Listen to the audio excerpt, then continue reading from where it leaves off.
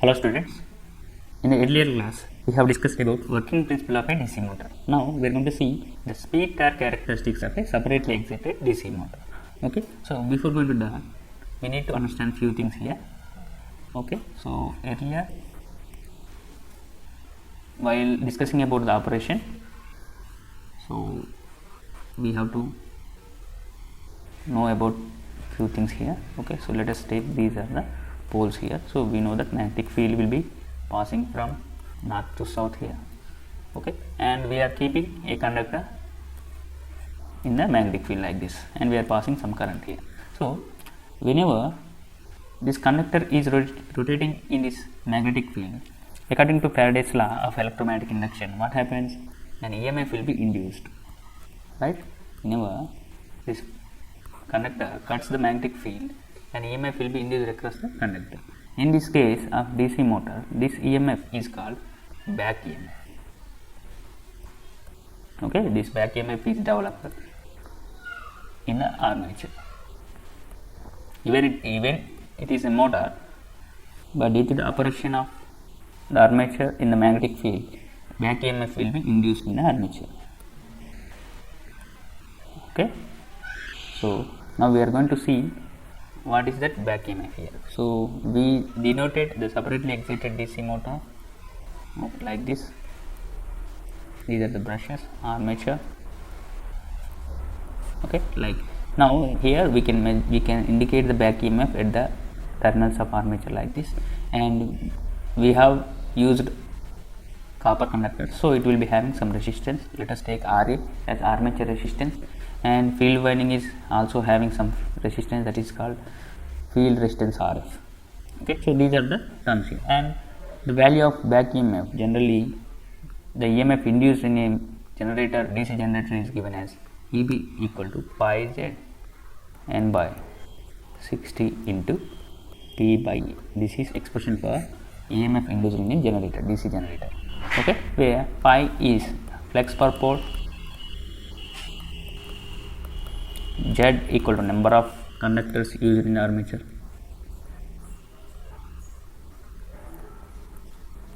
okay, where n is the speed of the motor,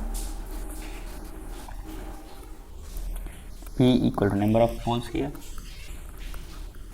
and whereas A equal to number of parallel paths, where A equal to 2 for wave winding and A equal to P for lap winding.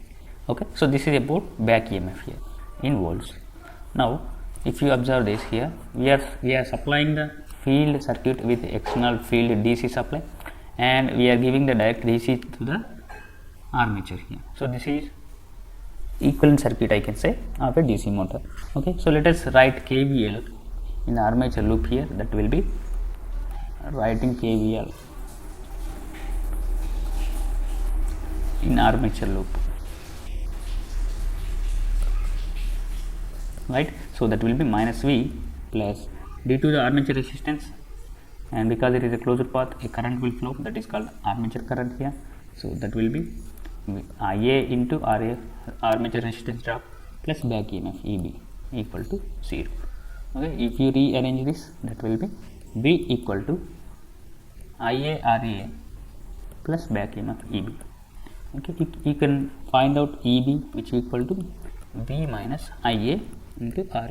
So this is the amount of back EMF being developed in the motor while it is operating. Okay, so let us take it as equation 1 here. Okay, now we have expression for torque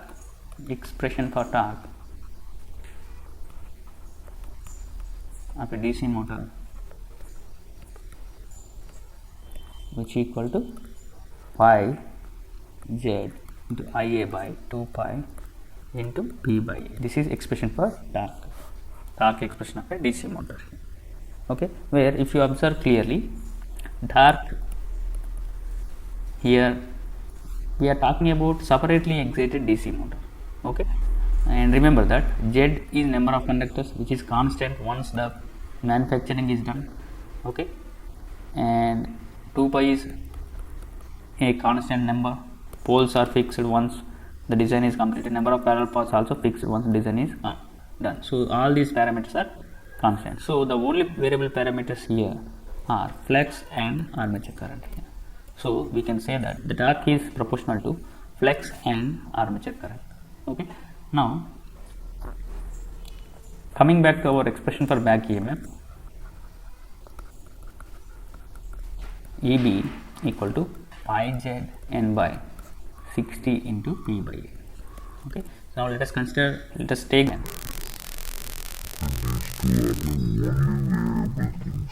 speed and flux per mode. If you rearrange this expression, the speed of the motor is proportional to back EMF by flux here. Okay. So this is one more expression we got.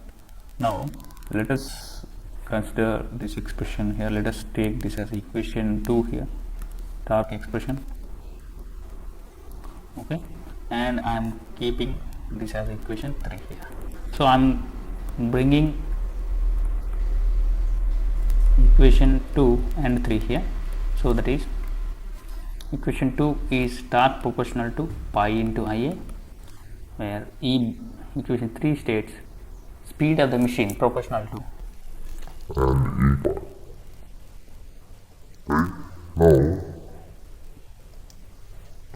here we are talking about separately excited DC motor, right?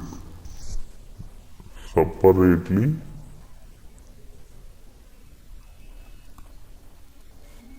excited DC motor. So what does it mean? It means the flux here, which is being produced by external supply.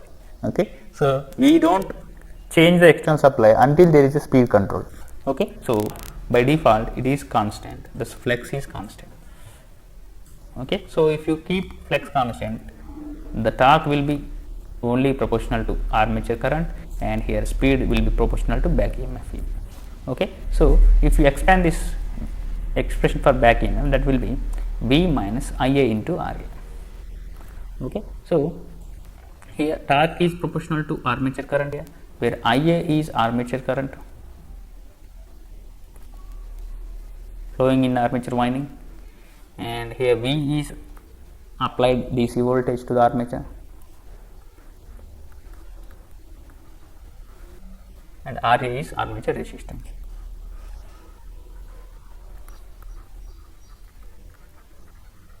Here T is torque. Okay, now we are going to draw the graphs for these two expressions here. Okay, now I am drawing the expression for graph for T proportional to Ia. Here this is a linear one. Okay, this is Ia. Let me bring the graph here.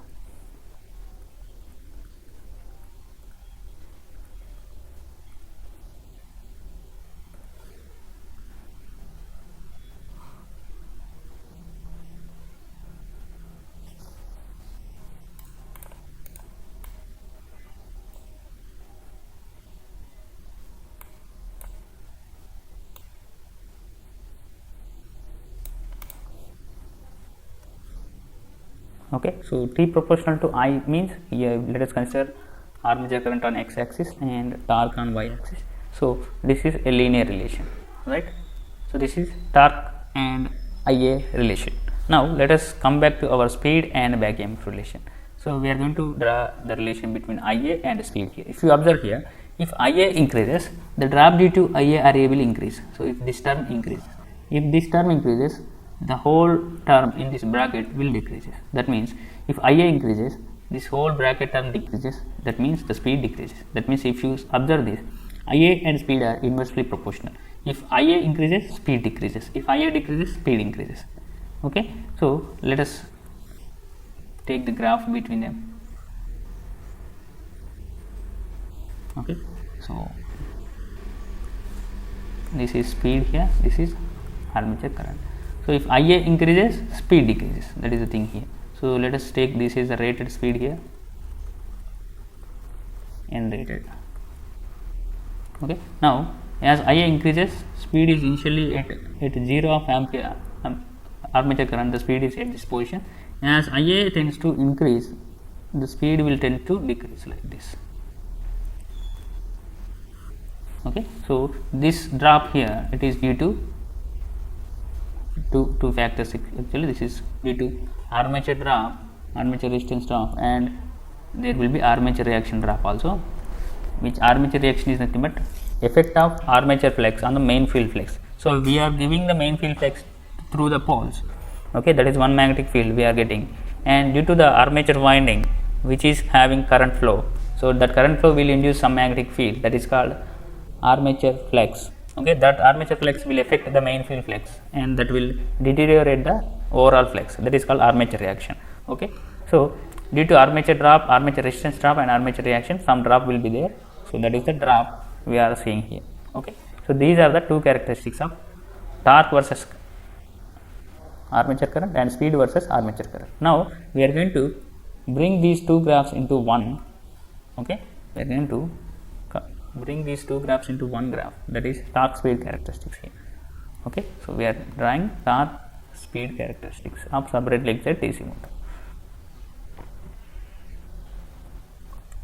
Okay, if you observe here, take Ia as a reference. If Ia is increased, the torque is increasing, right?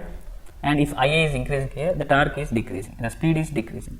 Okay, that means here you can observe that indirectly the torque and speed are inversely proportional. So if I take torque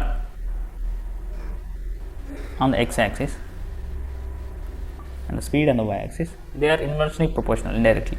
Okay, that means as torque increases, speed decreases. So this is the relation here.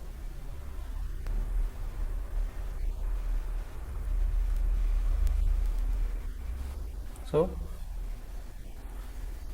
on x-axis I am taking torque, and y-axis I am taking speed here. So as torque increases, speed should decrease. So this is the relation between torque and speed of a DC motor. Okay, so as if you observe here, torque is increasing to the right side, and as torque is increasing, speed is reducing. That means if this is our load torque, let us take this as our load torque here.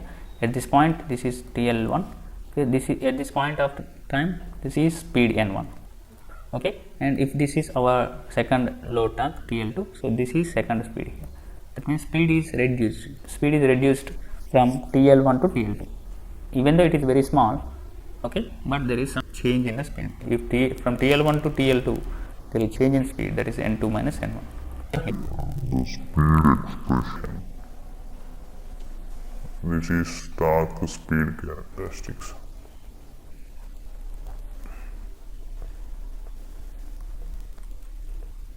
Okay, separately excited DC motor. Okay, now let us bring the expression for speed. So let us bring the expression for speed here. What is the speed of a DC motor here? It is N proportional to EB by pi. So this is the expression we have. Okay, so EB is nothing but N proportional to EB is V minus IA into RA by flux. Okay, if you observe here, if we can somehow change the flux here, if let us say if I increase the flux somehow, the speed of the machine is reduced. That means, and if I somehow increase this armature resistance, this whole drop due to armature resistance will increase, and the whole term in the bracket will reduce. This will reduce the speed. And if somehow reduce the flux, the speed will increase because it is inversely proportional. That means what I am trying to say is we can change the speed. The speed control is possible. Speed control of DC motor is possible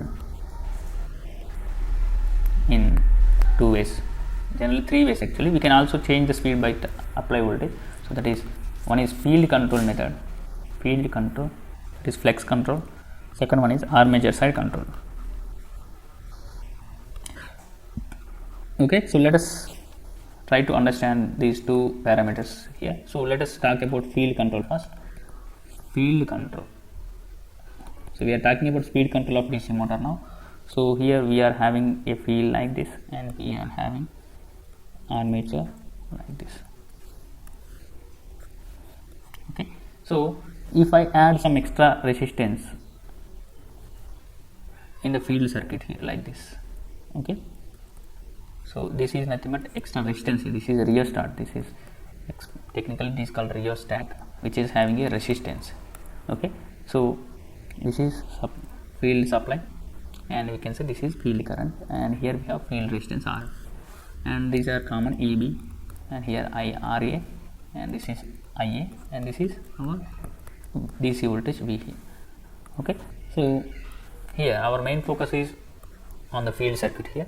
Okay, so if I increase the field rheostat, let us take RF, so let us take it as RF naught, it is field rheostat, okay, which is nothing but a resistance. Okay, so if I somehow increase the field rheostat's resistance, it is variable resistance, I can say. That means it can be varied from 0 to some rated R in ohms. Okay, the field rheostat can be varied from 0 to R ohms here. Okay, so if I increase the field rheostat, the overall field resistance will be sum of field resistance plus rheostat resistance, right? So if I increase the field rheostat resistance, what happens to the field current? IF will reduce. Okay, that means if this overall field resistance reduced, what happens to the field current here? Okay, if R naught is the overall field current here, R naught F. Okay, if I increase this, what happens to the field current? That will reduce. If field current is reduced, that happens to the flux here, flux will be reduced. If flux is reduced, what happens to the speed? Speed will be increased because N is inversely proportional to flux here. That means the speed of DC motor can be controlled by field rheostat here. Okay, so the speed of the DC motor can be controlled by field rheostat. If you increase the value of field rheostat, the flux will be reduced, and which is inversely proportional to the speed, that will be increased. Okay, that means this here we are increasing the speed. Okay, this is nothing but above rated control, above rated speed control. We can increase the speed of the machine beyond its rated speed, above rated speed control. Okay, this is one method to control the speed of a DC motor. Now let us see the armature control, the second method, second way of controlling, that is armature side control, armature control.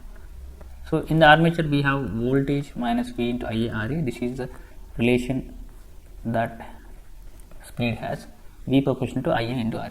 So if we can change, if we can increase the armature resistance by adding resistance, rheostat in the armature circuit, we can change the speed, we can reduce the speed, or by applying the terminal voltage with less value, we can change the speed. So here two ways are possible. One is armature resistance control. First one is armature resistance control.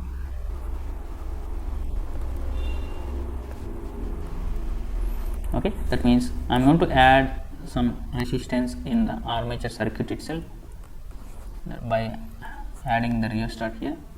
Okay, so this is rheostat here, this is voltage supply here. So this part here is called rheostat. Actually this is a variable one. If you move this part here from one, slide this part here, you can change the value of rheostat here. So let us take this as RA naught here, and here you have RA, and here you have EB, and RF, these are constant here, VF field voltage, and IF field current, and here IA.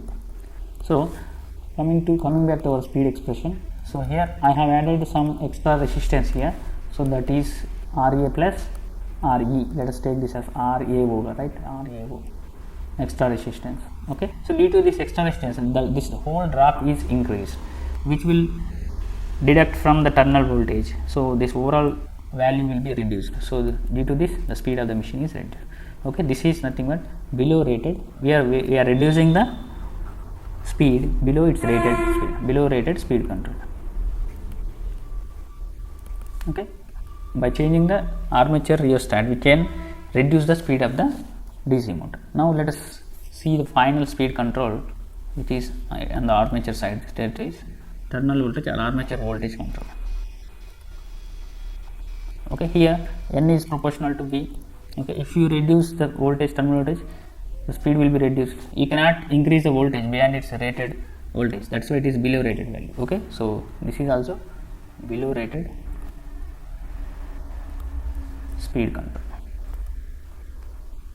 Okay, so this is about speed control of DC machine and torque speed characteristics. Okay, so you need to remember these relations, that is torque proportional to flux and armature current, and speed proportional to back EMF by flux. So these are the few important relations you need to remember. Okay, so this is about today's lecture. Thank you.